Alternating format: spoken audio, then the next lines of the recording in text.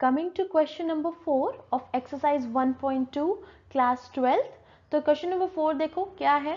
Show that the modulus function f is a function from real number to real number given by fx is equal to mod of x is neither 1 1 nor onto where mod of x is x if x is positive or 0 and mod of x is minus of x if x is negative.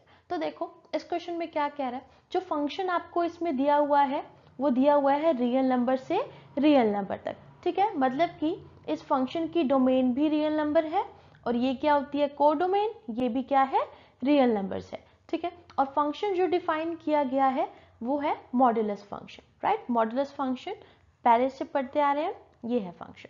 तो modulus function की definition की अगर हम बात करें, modulus function का काम क्या होता है, वो नेगेटिव नंबर को पॉजिटिव करके देता है. ठीक है, यही काम होता है. मतलब कि चाहे आप इसमें पॉजिटिव वैल्यू डालो तब भी वैल्यू पॉजिटिव ही आएगी, नेगेटिव वैल्यू डालोगे तो भी वो पॉजिटिव आएगी. ठीक है, अब इसको प्रूव करना है कि ना ये 1 1 है और ना ही ये फंक्शन ऑन टू है, ये बताना है आपको. तो देखो स्टार्ट करते हैं इसमें 1 1 से.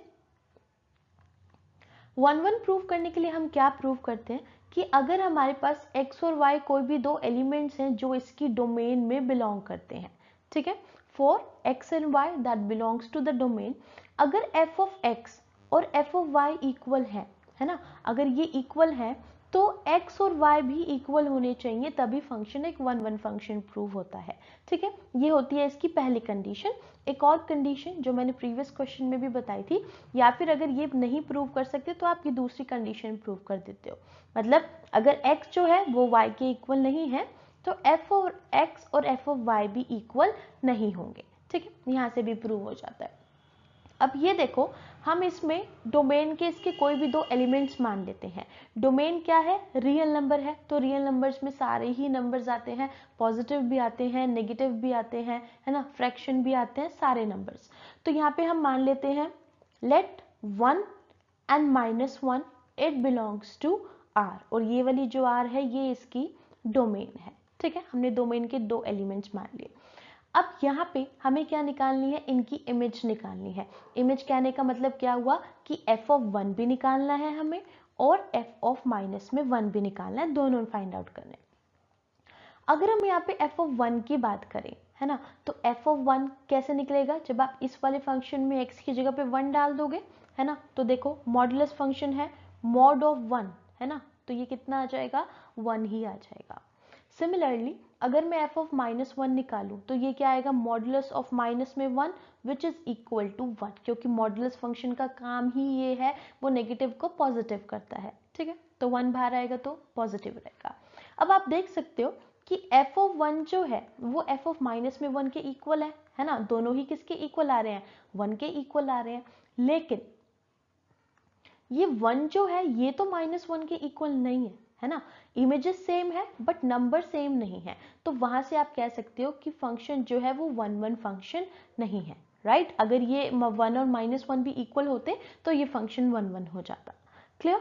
तो यहाँ से हमने इसको फर्स्ट कंडीशन से प्रूव किया है, f और x और f ऑफ y इक्वल थे, लेकिन x और y जो थे वो इक्वल नहीं थे, इसीलिए ये फंक्शन एक 1 1 फंक्शन नहीं है. ठीक है, इसको हमने 1 1 प्रूव कर दिया. अब नेक्स्ट हमें क्या प्रूव करना है कि ये फंक्शन ऑन टू फंक्शन भी नहीं है ना. ऑन टू फंक्शन के लिए देखो नेक्स्ट पेज पे, ऑन टू के लिए देखो हम क्या कंडीशंस प्रूव करते हैं. या तो हम ये प्रूव करते हैं that fx is equal to y, है ना, तब जाके फंक्शन ऑन टू प्रूव हो जाता है. या फिर हम ये प्रूव करते हैं कि फंक्शन की जो रेंज है वो फंक्शन की कोडोमेन के इक्वल है, तो भी फंक्शन एक 1 1 फंक्शन होता है. या फिर अगर हम डायग्राम रिप्रेजेंटेशन की हेल्प से प्रूव करते हैं तो वहाँ पे हम ये दिखाते हैं कि अगर बी सेट के हर एक एलिमेंट की एक प्री इमेज है तो वो फंक्शन ऑन टू फंक्शन होता है ना. यहाँ पे मैं इसको लिख देती हूँ, every element of set B